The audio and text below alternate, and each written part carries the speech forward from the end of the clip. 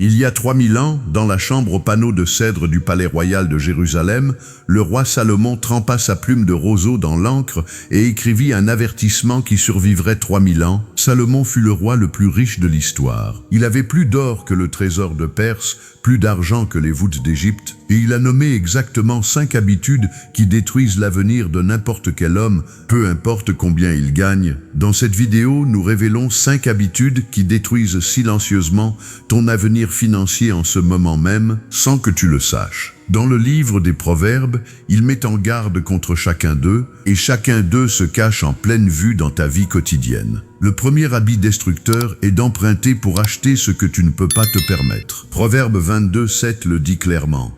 Le riche domine le pauvre, et l'emprunteur est l'esclave du prêteur. Salomon n'écrivait pas de la poésie, il écrivait un avertissement financier si précis qu'il s'est étendu sur 3000 ans et a atterri sur ton relevé de carte de crédit. Le mot hébreu pour dette dans ce verset signifie attaché, lié, enchaîné autour de la cheville. Salomon voyait la dette comme un point de fer littéral, pas une métaphore, un fait. Chaque fois que tu passes une carte pour quelque chose que tes économies ne peuvent pas couvrir, tu deviens l'esclave de quelqu'un, pas au sens figuré littéralement. Maintenant, tu travailles pour payer des intérêts à un inconnu que tu ne rencontreras jamais. Maintenant, tu dors sous le poids d'une dette qui grandit silencieusement pendant que tu te reposes. Pendant son règne, Salomon a vu des familles hébraïques entières s'endetter sur leurs terres ancestrales. En une génération, des villages entiers étaient devenus serviteurs de créanciers étrangers. Pour les sauver, il a personnellement promulgué 3 décrets d'annulation de dettes. La Bible raconte que son père David a laissé Israël avec une dette nationale à 0. Salomon a vu son peuple inverser cette situation en 30 ans. Maintenant, regardons l'actualité. Le foyer moyen dans le monde moderne a plus de dettes de cartes de crédit. À 24% d'intérêt, ce solde double tous les 3 ans s'il n'est pas touché. Tu as acheté un canapé à $800. À la 6e année, tu as payé plus de $3000. Le canapé n'est plus là, la chaîne est toujours là. Le premier habit est celui-ci. Si tu ne peux pas te permettre de l'acheter 2 fois, tu ne peux pas te permettre de l'acheter une seule fois. Chaque dette est un fil qui te serre la cheville, couplé avant qu'il ne t'enfonce. Le deuxième habit destructeur est de poursuivre les richesses rapides. Proverbe 13:11 est brutal. Les richesses mal acquises diminuent, mais celui qui les accumule peu à peu les augmente. Salomon a étudié la lente ascension de son père David, de berger à roi. Il a étudié l'économie florissante de son propre royaume et a remarqué un schéma si clair qu'il l'a écrit dans les Écritures. Les hommes qui s'enrichissaient rapidement perdaient tout rapidement. Les hommes qui s'enrichissaient lentement le conservaient pendant des générations. Le mot hébreu qu'il a utilisé est hebel, vapeur, souffle, comme la vapeur qui sort d'une tasse de vin chaud et disparaît devant tes yeux. L'argent qui arrive vite, a-t-il écrit, est de l'argent vapeur, il semble solide, te brûle la main, puis simplement disparaît. C'est pourquoi 70% des gagnants de loterie sont ruinés en 7 ans. C'est pourquoi les millionnaires par héritage soudain meurent souvent avec moins d'argent qu'ils ont reçu. C'est pourquoi les gagnants de crypto-monnaies du jour au lendemain perdent presque toujours tout au cycle suivant. Salomon a vu un marchand qui cherchait de l'or perdre toute sa caravane en une seule nuit aux mains de bandits aux portes de Damas. Il a vu un joueur gagner une fortune aux portes du temple et dilapider toutes les pièces à l'aube. Il a vu 3 dynasties étrangères basées sur le pillage s'effondrer une génération après leur fondation. La vraie richesse, a-t-il écrit, est construite par l'homme qui plante une vigne et attend 7 ans pour que sorte le premier vin buvable. L'homme qui refuse de récolter jusqu'à ce que le fruit soit complètement mûr. L'homme qui met une pièce dans le pot chaque semaine pendant 40 ans et voit le pot devenir silencieusement un empire. Le deuxième habit est celui-ci. Arrête de chercher le raccourci. Le raccourci est le long chemin déguisé. Le chemin lent est le vrai raccourci. Si cela te réveille, abonne-toi et active la cloche maintenant. Nous découvrons une vérité biblique sur l'argent chaque semaine. Les 3 habitudes suivantes sont celles qui détruisent le plus d'avenir financier. Continue d'écouter. Le 3e habit destructeur est l'accumulation cachée sous le masque de l'épargne. La plupart des gens pensent que toute épargne est sagesse. Salomon n'était pas d'accord. Proverbe 11:24 donne le coup. Il en est qui donnent généreusement et s'enrichissent, et d'autres qui retiennent plus qu'il ne faut et ne font que s'appauvrir. Il y a une épargne qui est sagesse. Il y a une épargne qui est avidité déguisée. La différence est un seul ingrédient, la générosité. Si ta main se ferme si fort que rien n'en sort, rien ne peut y entrer. Un fleuve qui cesse de couler devient un marécage stagnant, un puits qui accumule son eau pourrie de l'intérieur. Les anciens agriculteurs hébreux le comprenaient.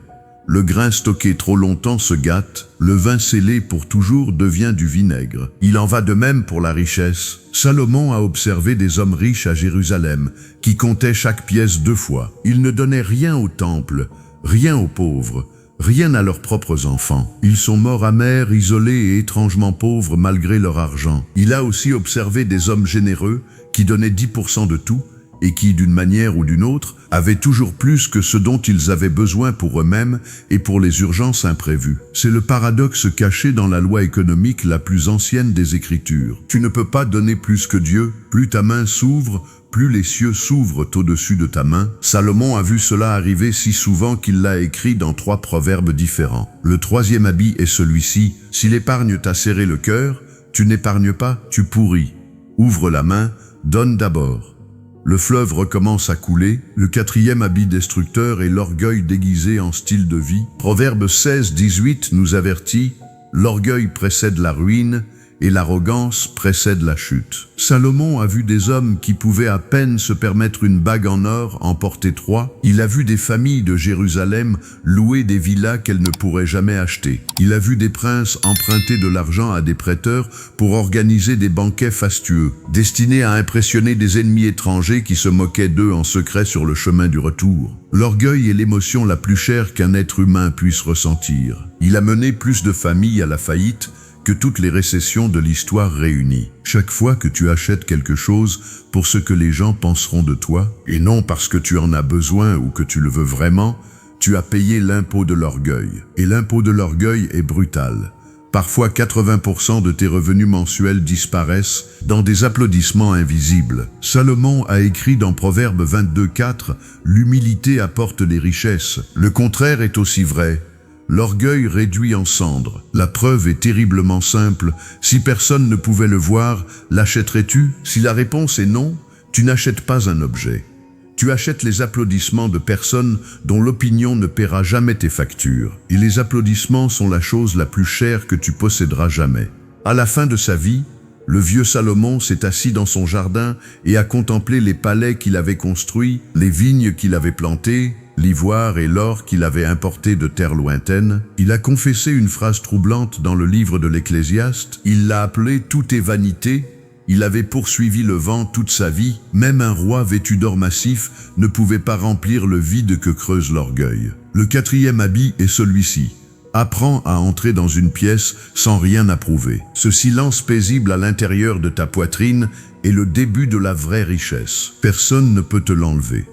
Aucun marché ne peut la détruire. Maintenant, nous arrivons au 5e habit, celui contre lequel Salomon a averti avec le plus d'urgence, celui qui détruit plus d'avenir financier que les 4 autres réunis. Le 5e habit destructeur est de dévorer l'aujourd'hui sans rien garder pour demain. Proverbe 21:20 est l'un des versets les plus chirurgicaux des Écritures. Trésors précieux et huile sont dans la demeure du sage, mais l'insensé les dévore. Le mot dévore est violent en hébreu original. Il ne signifie pas dépenser, il signifie avaler entier, consommer comme le feu consume un tronc, jusqu'à ce qu'il ne reste plus que de la fumée et des cendres. L'insensé ne se contente pas d'utiliser son argent, il le mange vivant. Salomon a vu toute une génération de jeunes aristocrates de Jérusalem hériter d'énormes fortunes de leur père et les dévorer en une décennie. Ils n'ont jamais rien stocké. Ils n'ont jamais construit de réserve d'urgence, ils n'ont jamais pensé au-delà du banquet du mois suivant. Quand sont arrivés les 7 ans de famine, ils n'avaient rien, ni grain, ni argent, ni dignité, seulement le fantôme d'un banquet qu'ils avaient déjà avalé. Proverbe 13:22 ajoute la règle selon laquelle ils vivaient: « L'homme de bien laisse un héritage aux enfants de ses enfants. » Pas seulement à ses enfants, aux enfants de ses enfants. 2 générations plus loin, Salomon croyait qu'un homme n'était pas pleinement un homme jusqu'à ce qu'il ait planté un arbre, à l'ombre duquel il ne s'assiérait jamais. Regarde le monde d'aujourd'hui. Plus de la moitié des gens prendront leur retraite avec moins de $10 000 d'économie. Ils ont travaillé toute leur vie, ont gagné des millions au cours de leur carrière. Ils ont tout dévoré jusqu'au dernier centime. Ils n'ont laissé aucun arbre, aucune ombre pour leurs petits-enfants. Aucune récolte pour la génération suivante. Le monde antique comprenait quelque chose que le monde moderne a complètement oublié, les saisons. Un homme sage stockait l'abondance de l'été pour pouvoir manger pendant la famine de l'hiver. L'homme insensé riait des avertissements de l'été, insultait la fourmi et mourait de faim dans la neige avec la bouche encore ouverte. Chaque chèque que tu reçois est l'été. Quelque part devant toi, il y a un hiver, une maladie que tu ne peux pas prédire, une perte d'emploi qui arrive un mardi, une vieillesse que tu ne pourras pas surmonter. La seule question qui importe vraiment est celle-ci. Est-ce que tu stockes ou est-ce que tu dévores? Le 5e habit est celui-ci. Si tu ne planifies pas ton avenir délibérément, ton avenir te planifiera et l'avenir planifie rarement en ta faveur. Voici le résumé rapide des 5 habitudes destructrices. 1. Emprunter pour acheter ce que tu ne peux pas te permettre. L'emprunteur devient esclave. 2. Poursuivre la richesse rapide au lieu de la lente. L'argent vapeur disparaît. 3. Accumuler sous le masque de l'épargne. La main fermée ne reçoit rien. 4. Dépenser pour les applaudissements au lieu d'un objectif. L'orgueil brûle plus de fortune que n'importe quelle récession. 5. Dévorer l'aujourd'hui sans rien stocker pour demain. L'insensé dévore vivant son avenir. Les proverbes mettent en garde contre chacun de ces habitudes. Chacun d'eux est en train de saigner silencieusement l'avenir financier de quelqu'un qui regarde cette vidéo en ce moment. La vraie question n'est pas si tu les fais, la question est lesquelles fais-tu? Si cet avertissement t'a parlé ce soir, fais 3 choses pour moi maintenant. Premier, commente un seul chiffre sous cette vidéo. Le numéro de l'habitude qui t'a le plus touché, 1, 2, 3, 4 ou 5. Ton chiffre unique est ton point de départ pour le changement. Je lis chaque commentaire personnellement.